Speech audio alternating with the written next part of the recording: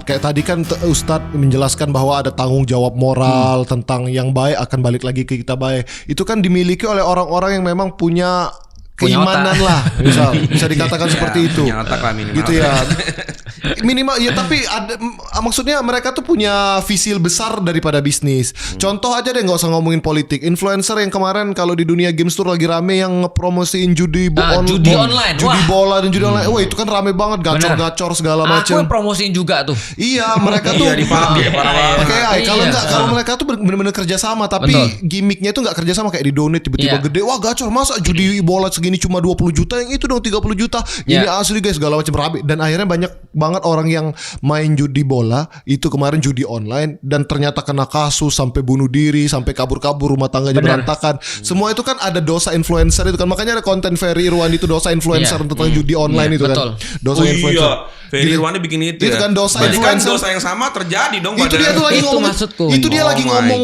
Dan itu bisa jariah ya kan. Itu baru judi online. Dia lagi ngomongin judi online dan dia ngomongin yang ditunjuknya di podcast sebelah itu bener-bener influencernya Mobile Legends gitu kan.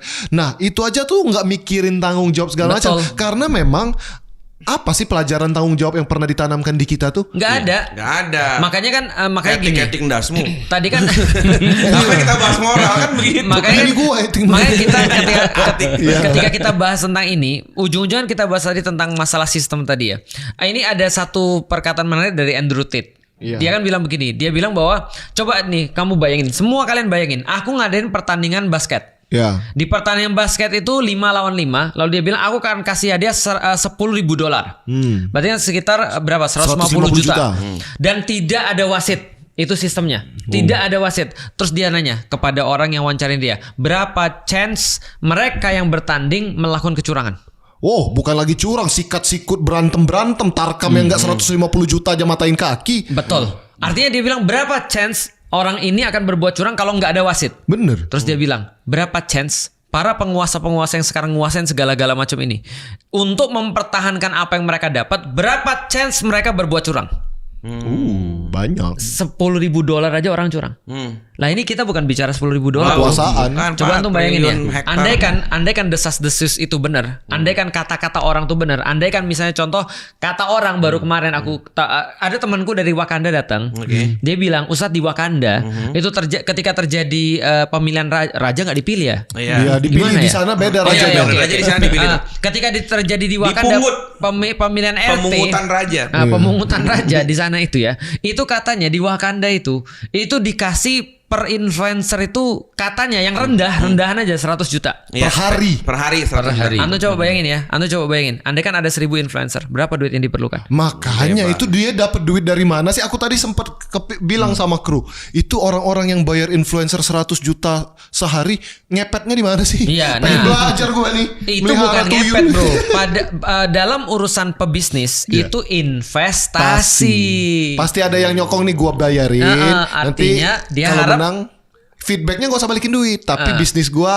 Nah, artinya kepentingannya investasi kan harus returnnya lebih banyak. Ya, harus lah. Gak ada makan siang gratis. Betul. Artinya kalau 1.000 orang influencer ya, berarti udah 100 miliar toh. Iya. 100 miliar itu baru 1.000. Kalau 1.000 dan aku yakin lebih besar daripada itu. Makanya ya. Ada temen yang pernah ngitung-ngitung. Orang Wakanda juga. Ada Wakanda kan Raja T'Challa mati tuh kemarin. Iya. Pemilihan Wakanda raja. sekte yang berbeda kali. Black Panther udah bubar dari Blackpink. Seandainya dihitung kasar, misalnya per kepala orang Indonesia itu dihargai 100.000 aja, itu udah habis berapa kira-kira? 270 juta kali nggak usah bayi lah ya. Oke, 100 juta aja lah. 100 juta kali 100.000. Banyak. 100 miliar ditambah 100 ya berarti 10 triliun. 10 triliun. 10 triliun itu hitungannya sangat kecil loh dibanding dengan 5 tahun mereka dapat akses yang sangat besar. Betul. Tambang aja coba dihitung berapa harga tambangnya, Kalau keuntungan nggak salah per tahun berapa. tambang kemarin aku beli 150.000 5 meter buat tarik tambang. Ya, tambang. Beli tambang. Kalau kemarin potensi batu bara aja itu sudah 500 T. Lah itu batu bara. Per tahun. Iya. Padahal itu batu bara tuh yang urusannya sama listrik gak sih? Iya. Artinya itu ditutup dengan setahun aja sih apanya banget loh. Iya jelas, namanya investasi coba, 5 orang nggak tahun. mungkin dong. Makanya dia udah jadi kayak bisnis. Nah setidaknya itu tergambar dengan tadi orang-orang yang influencer tadi. Jadi kalau seandainya politik itu soalan cuma influencer dan kemudian endorse, ya orang yang paling punya duit yang punya akses.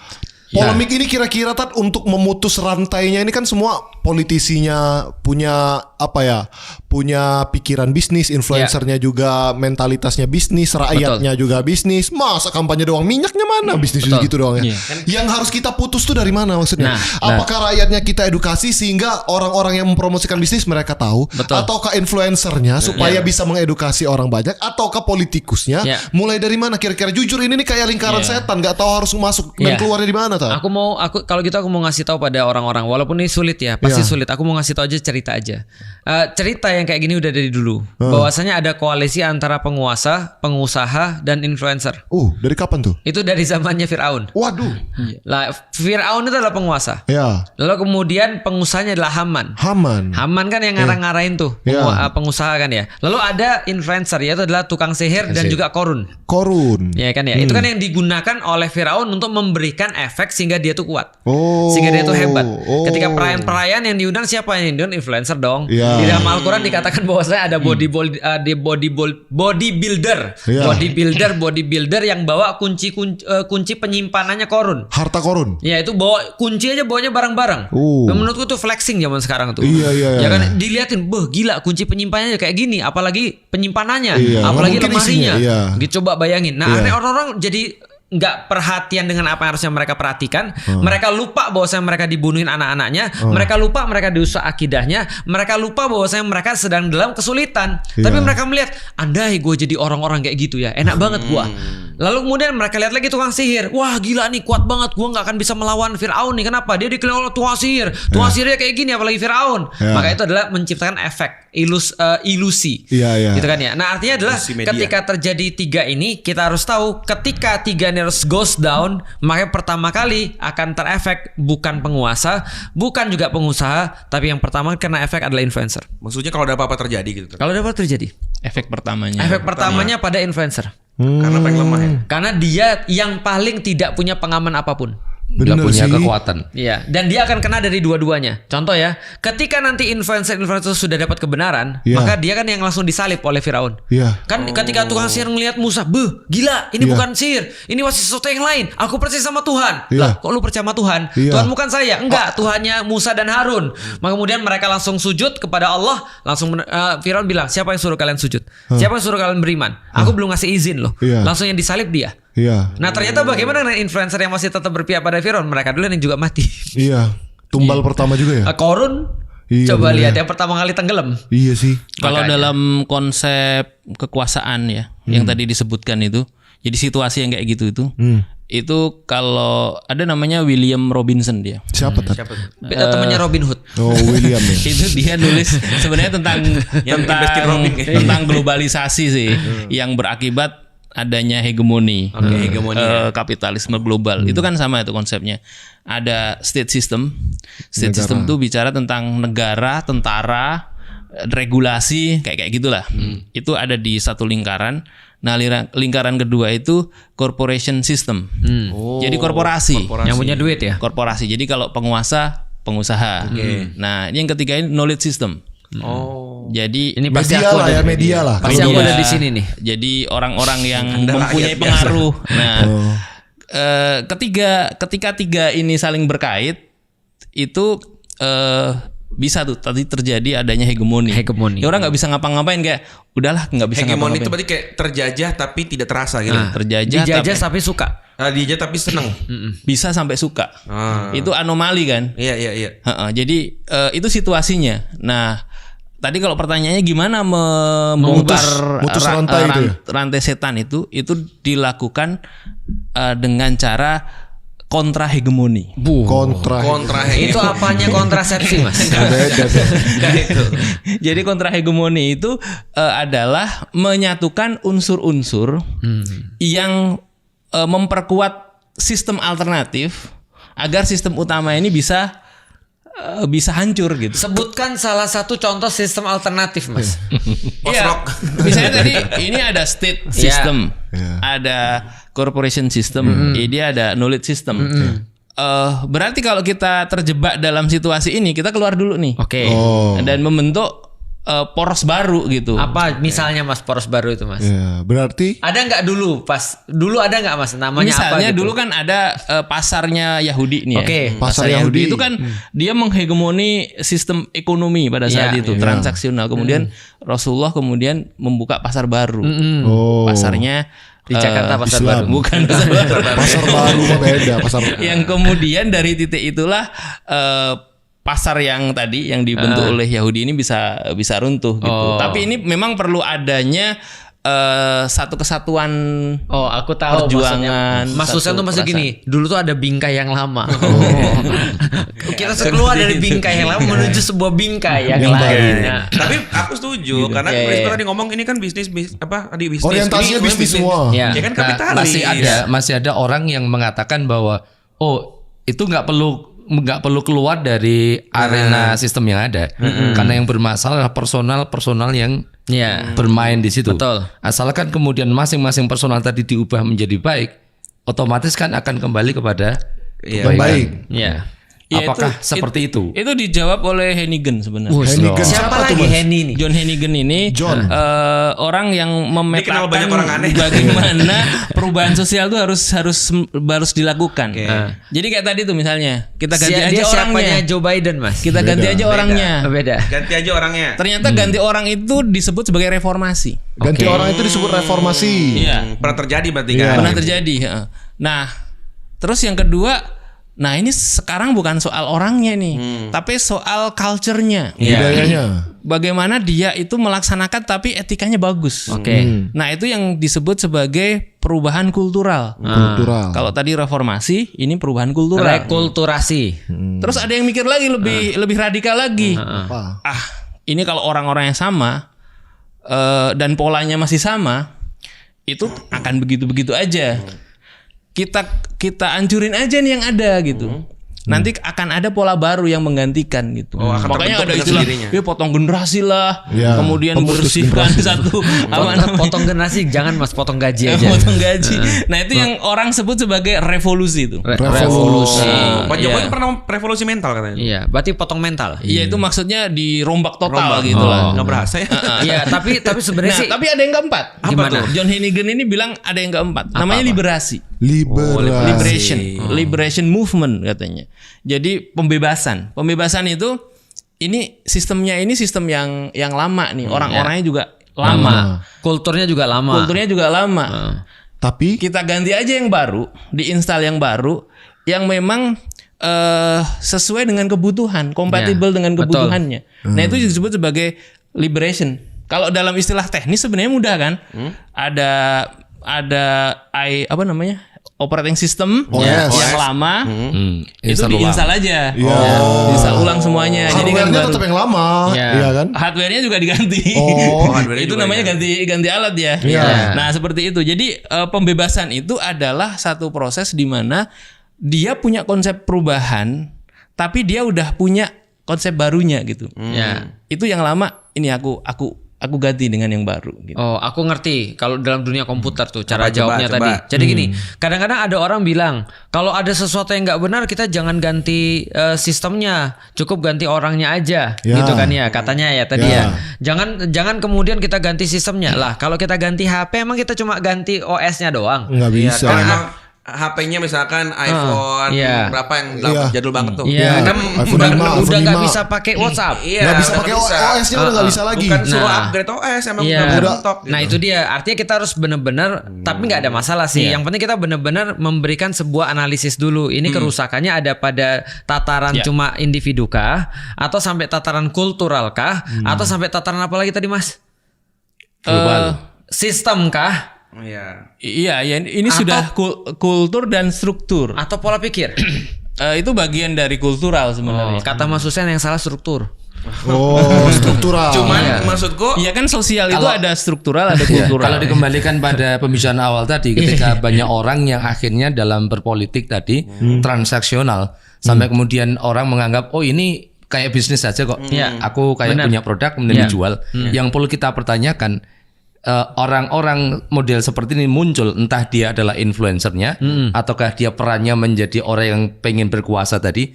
Orang-orang itu muncul itu dengan sendirinya atau jangan-jangan dia itu dibentuk oleh tadi kalau kita bicara keadaan atau sistem yang ada. Itu tidak mau itu. Orang akan berpikir begitu ketika terlahir di Kenapa tempat orang itu rela untuk membayar sangat mahal? Itu pasti yang dia beli itu harganya sangat mahal. Dan yang paling mahal apa sebenarnya? Apa? Penentu kebenaran kan? Luar biasa. Iya enggak? Kalau menentukan kebenaran itu bisa dikasihkan dia akan rela bayar semahal apapun. Iya, benar. Dan itu kan yang terjadi sebenarnya. Benar. Indikasinya apa? Jadi aku pernah mikir begini ya. Coba bayangin ya. Kita sebenarnya kalau hidup dalam dunia nggak ada aturan dan selama orang masih menjadikan ya kenikmatan dunia sebagai sesuatu yang dia cari, maka percuma kita bangun apapun. Coba antum bayangin ya. Aku pernah tinggal di satu tempat. Ada orang buat perumahan di situ udah luar biasa, izinnya dia urus baik-baik, lalu kemudian dia buat perumahan cukup besar bro. Tapi ujungnya ada preman yang datang dan kemudian nggak boleh orang masuk sini kalau belum bayar aku. Mau apa terus kemudian? Terus kemudian ada orang lapor pada pihak yang berwenang. Ternyata pihak yang berwenang mohon maaf, nggak ada yang mau kemudian untuk ngurusin. Karena bagi mereka ya aku nggak tahu apa yang terjadi. Tapi yang pihak berwenang kan harusnya kan turun nih. Dan bukankah ini yang terjadi pada orang-orang di zaman Rasulullah? Di zaman Rasulullah orang hanya peduli tentang kenikmatan dunia. Maka ada satu sistem yang diciptakan memang untuk menjaga agar orang-orang tuh tetap pada kenikmatan dunia. Di mana ketika kenikmatan dunia ini jadi sebuah tujuan, mereka menempati hierarki teratas. Ini kan kafir Quraisy. Maka kemudian kalau kita ikut di dalam sistem itu, maka setidaknya kita harus jadi lebih kaya daripada orang-orang ini. Nah pertanyaannya gimana cara jadi lebih kaya daripada orang-orang ini sehingga bisa bayar orang-orang agar dia mau untuk memperjuangkan kebenaran? Kan nggak mungkin. Maka Rasul pilih jalan lain. Jalannya Rasul apa? Ketika ditanya kamu mau ngasih apa pada kami, itu ngasih kami segini, ini ngasih kami segini. Andai kan influencer zaman sekarang dikasih orang 100 juta per hari misalnya, maka ketika ada yang ngasih 200 juta dia bisa untuk belok. Benar.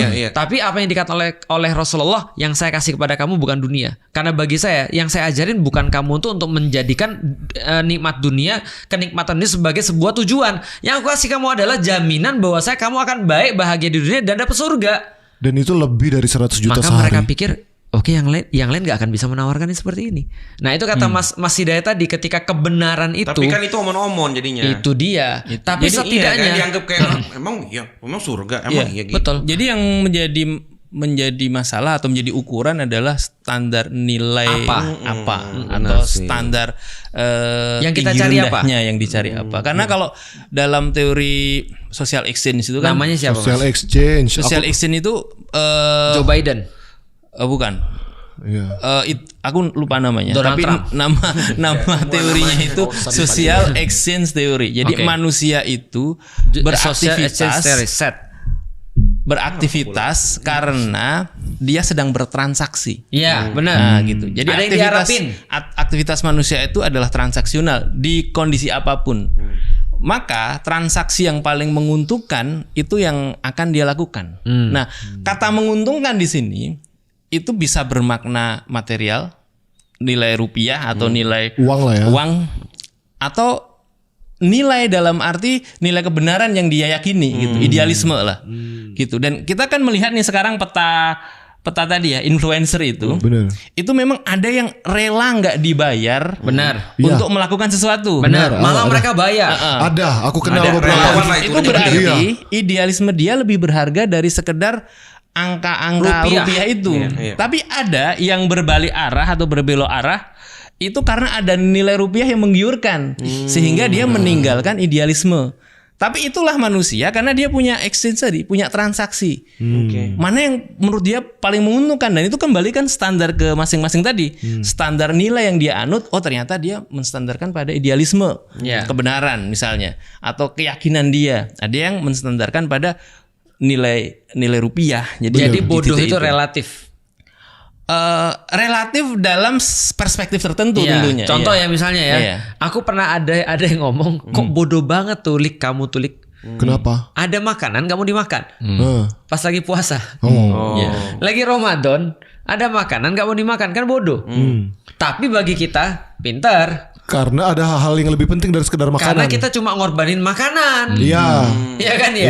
Iya. Untuk dapat sesuatu yang lebih besar. Nah, artinya kan tergantung sudut pandang. Berarti kan bodoh itu kan relatif. Iya, Kok bodoh banget ya dikasih 100 juta per hari nggak mau ngambil.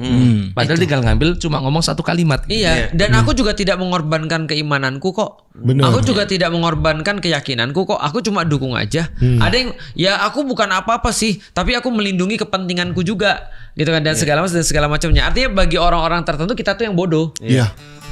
Ya benar sih kalau sudut pandangnya seperti itu. Kita perlu bertanya juga, kenapa kebenaran itu bisa dijual? Karena Kebenarannya sudah diserahkan kepada orang Manusia. di masa manusia, yang manusia itu bisa berbuat apapun tentang kebenaran tadi. Betul. Maka kalau kembali pada aturan main dalam permainan yang tadi kita sedang bicarakan, kan memang kebenarannya diserahkan kepada rakyat kan. Kedaulatannya itu diserahkan kepada rakyat. Begitu kedaulatan diserahkan kepada rakyat, disinilah kemudian rakyat itu punya produk sebenarnya. transaksional tadi. Nah, yang ini orang rela membelinya dengan harga apapun.